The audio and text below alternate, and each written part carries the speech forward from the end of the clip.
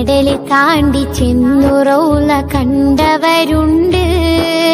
കാൽനടയായി ഹബീബിലേക്കെത്തിയോരുണ്ട്. കടല് താണ്ടി ചെന്നു റൗള കണ്ടവരുണ്ട്. കാൽനടയായി ഹബീബിലേക്കെത്തിയോരുണ്ട്. കടുത്ത സ്നേഹ ബഹുമാനം കടല് താണ്ടി ചെന്നു റൗള കണ്ടവരുണ്ട്.